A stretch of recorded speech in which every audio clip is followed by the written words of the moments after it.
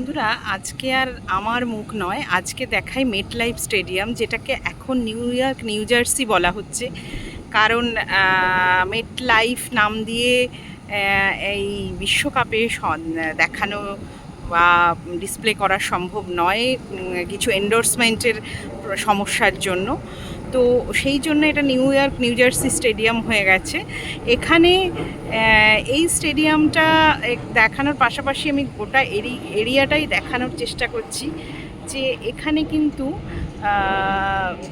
এই যে এই সামনে না, এটা হচ্ছে অ্যাক্রিডিটেশন সেন্টার। এখান থেকে আমরা অ্যাক্রিডিটেশন পেয়েছি।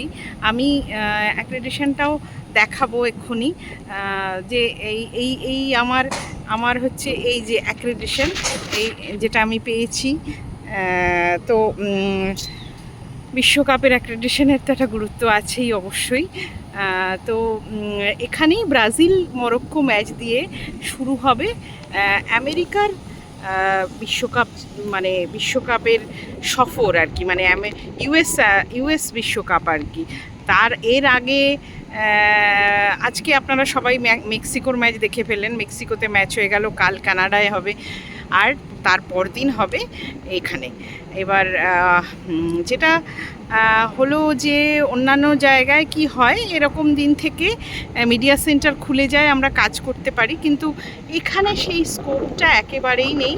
এখানে কিন্তু বিশ্বকাপ শুরুর ঠিক, মানে বিশ্বকাপ বলতে ম্যাচ শুরুর ঠিক একদিন আগে মিডিয়া সেন্টার খোলা হবে এবং ম্যাচ ডেতে খোলা থাকবে, তারপর আবার বন্ধ করে দেওয়া হবে। এখানে সব বিষয়ই বেশ কড়াকড়ি দেখা যাচ্ছে, মানে যেমন একটা উৎসব আনন্দের মধ্যে দিয়ে হয় ঠিক সেরকমটা কিন্তু নয়।